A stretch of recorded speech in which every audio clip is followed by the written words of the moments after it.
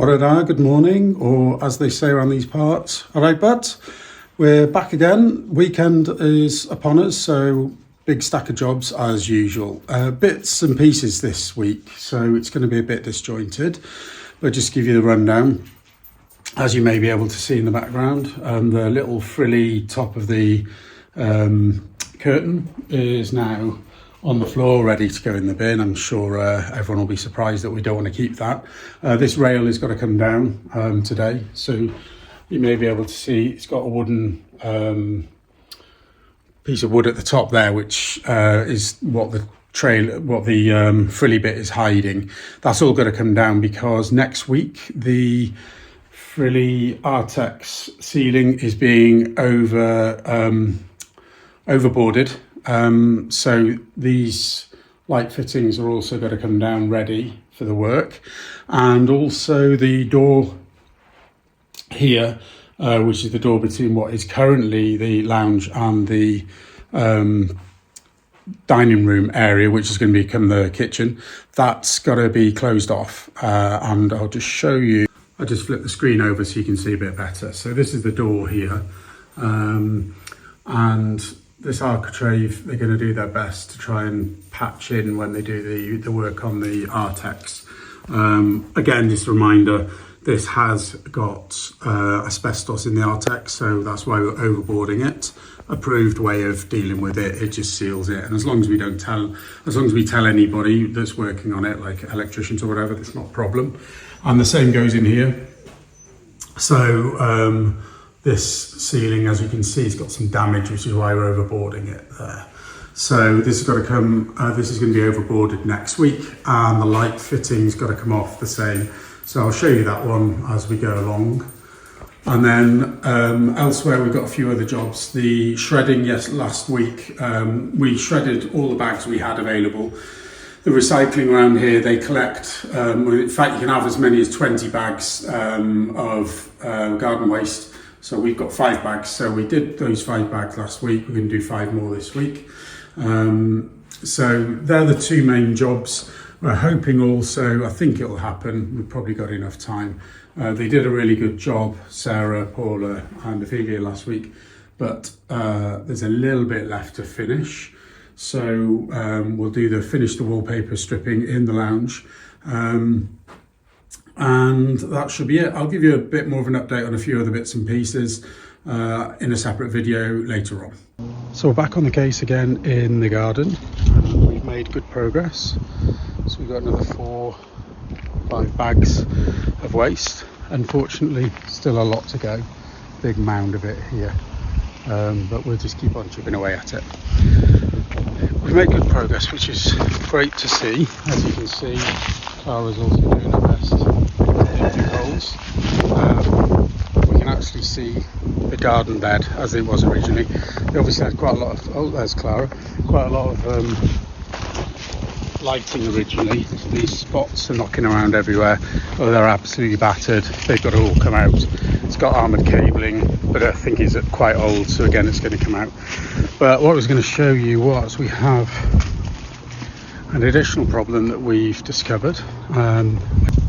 So you can see there's quite a lot of ivy been growing into this stone. And this stone wall is quite sizable, so it looks lovely, but you can see there's quite a lot of damage. So another one for the list. We've got to pull all of this stuff off because obviously it's not good for it. And then there's a large amount of pointing to do. So another one to go on the list. It goes all the way across, here, and I would probably assume that all of this needs doing as well, but we'll find out in time. So there we go, just a quick update on the garden. We've got lots of plans, short term, and then some longer term plans as well in terms of restaging the whole garden to make it a bit more usable. I think we said before, I don't know, it's quite difficult to see the slope on the garden. That's the flat bit, this is the slidey bit. Well, there you go, perfectly illustrated. we need to take that slope out because it is quite dangerous, especially when the chippings go on the paving slabs. So another one for another day, but it probably won't be too long because it really is a bit of a liability at the moment. So that's me checking out the garden for the moment. Just one other update which I'd forgotten to mention. The door is also now out between the lounge and what will be the kitchen. This door frame is going to be blocked up because here we're having the fridge freezer and then full wall units including oven and a corner unit there. So there's not going to be, this is coming out as well. So there's not going to be room for a door. It's not going to affect it. Lounge is a lovely space anyway, and then it'll just make what is currently the back lounge, it's just going to make it a bit more of a practical space. The doors come out, and to be honest, it weighs an absolute ton.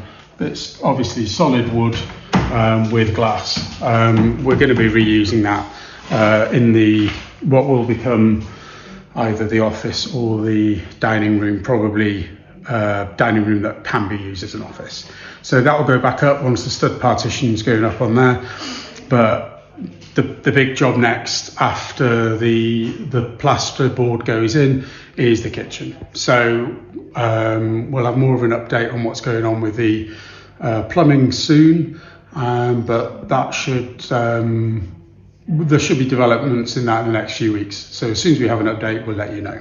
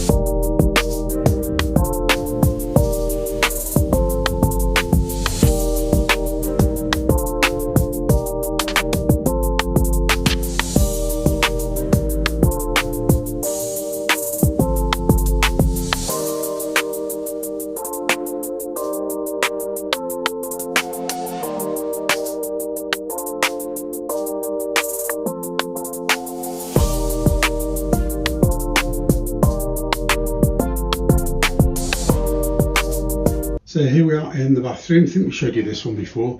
You can see they've gone with a practical approach. Lots of plastic wall all the way around. It is quite a small bathroom, just about squeeze in with the door shut.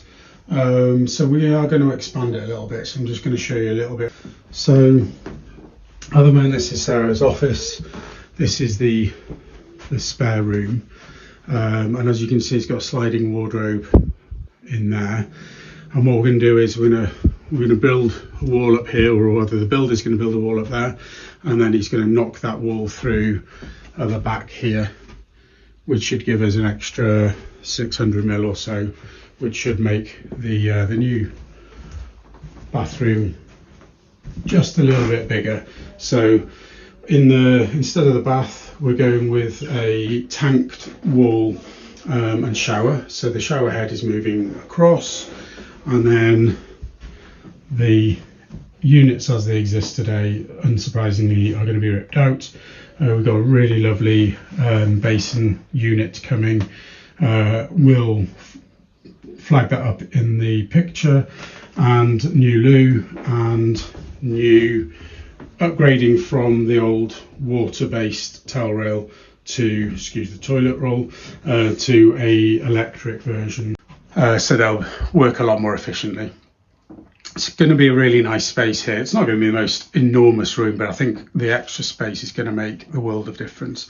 It's functional at the moment, but it is really quite cramped for all four of us. So it'd be nice to get that all finished. It's going to be about 2 to 3 weeks work.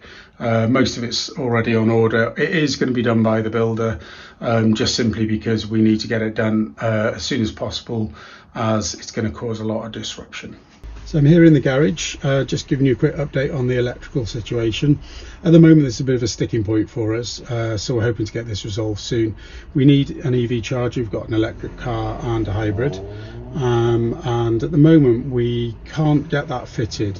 At the moment, this is a what you'd think is probably a reasonably modern consumer unit, or at least it is a consumer unit, so considering the age of the property, that in itself is good news. But it is plastic, which means that it is no longer compliant with the latest regs. Consumer units now have to be metal, and it's also a reasonably small one. So what they're going to do is the electrician's going to come in, put a new consumer unit in, do a full electrical test on the house.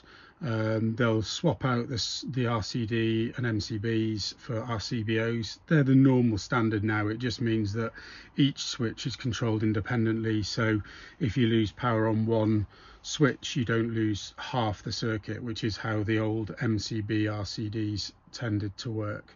So a bit more of a modern system. We're just waiting for the details on that, but we've got the EV charger ready to go, and to be honest, it will be a relief when it's done, because at the moment we're having to charge it at the fast chargers down the road, which is expensive and not massively convenient. So that'll be great getting that done. Electricians we're just waiting for them to confirm a date, but they should be in fairly soon, so that will be great getting that sorted, and we'll give you an update on progress as soon as we have it. We're back in the lounge, finished all the work for the weekend, so just a quick update on where we are with that. First off, the 2 light fittings are now, sorry if I can get that right, are now out, ready for the overboarding, which should happen this week, and this bay window area is all stripped out as well. Just going to make it a bit easier, including the frilly curtains which are in a big pile about to be used for dash sheets. Unfortunately, they're not going to last, but I don't think that's a surprise to anybody. And then in the what is currently the dining room, similar story. The light fitting is out. This is going to get overboarded as well, again, as I've said before, because of the damage, obviously a leak in the bathroom previously. So we're all ready to go on this side now, so we're just waiting for the plasterer to arrive in this week and to overboard, and these 2 will be ready, lounge for decorating and this room ready for the kitchen, which should arrive in the next couple of weeks. Evie's room has been progressing, so she has now chosen her black curtains, as you can see there, and she's been busy painting. So she's got a mist coat on in the cupboard space. As you can see, it's all been plastered in here. So mist coat's gone on, and then she's going to start painting and glossing in the cubby holes, ready for new decoration. Ready for new furniture arriving this week. As you can see, walls are yet to be done, but they're going to be ready to go soon. The plaster is dry with the exception of just these two little bits here, which were stuffed, so they're taking a bit longer to dry, but as soon as they're dry, then Evie can get cracking on that as well. She's doing all the work on this herself. She's done a really good job, so she'll be ready to finish it off in the next couple of weeks. That's us done for another week, and we thought it was a good opportunity for you all to meet Mel, our tortoise. She's just going for a bit of a crawl. She quite often likes to do that in the evening. So enjoy the weekend, and we'll catch you next week.